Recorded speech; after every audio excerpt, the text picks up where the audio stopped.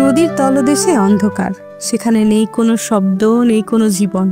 অথচ এই মৃত্যুর জগতে একজন মানুষ প্রতিনিয়ত নেমে যান, পানির গভীর থেকে তুলে আনেন লাশ, ফিরিয়ে দেন স্বজনদের কাছে। তিনি সদরঘাটের ডুবুরি সমীর।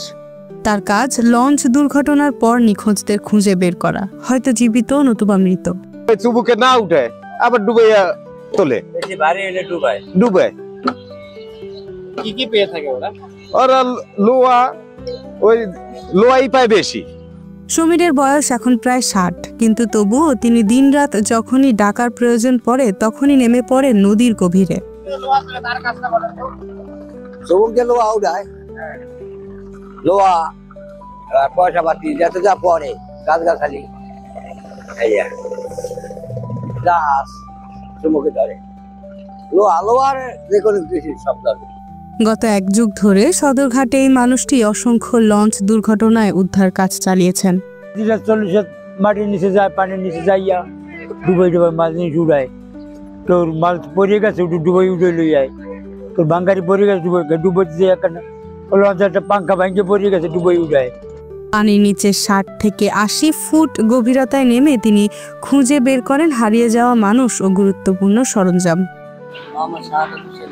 কি কাজটা কি আপনার বলেন তো?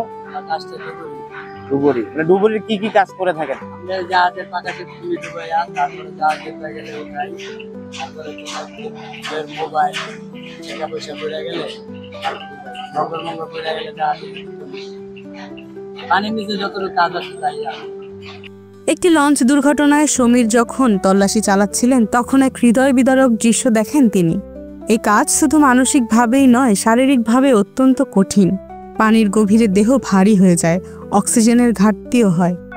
ডুবাই রেগুলারে যাই। এটা তো একটা মনে করেন সাহসিকতার কাজ। হ্যাঁ, প্রত্যেক ডেইলি ডুবাই যায়, আসে, ডুবাই, ভালো মন্দ পায়। কাজের বর্ণনা বলুন, কাজটা কি? কাজ ডুবানো, বাঙ্গারি, লোহা লক্কর টোকায় উড়ায়। এত বছর কাজ করার পরও কোনো সরকারি সহায়তা পাননি সমীর। সমীরের মতো মানুষ আড়ালে থেকে যান, কিন্তু তাদের কাজ অমূল্য। মৃত্যুর রাজ্যে নেমেও তারা আমাদের স্বজনদের ফেরান। এই মানুষগুলোর প্রতি আমাদের কৃতজ্ঞতা জানানো উচিত।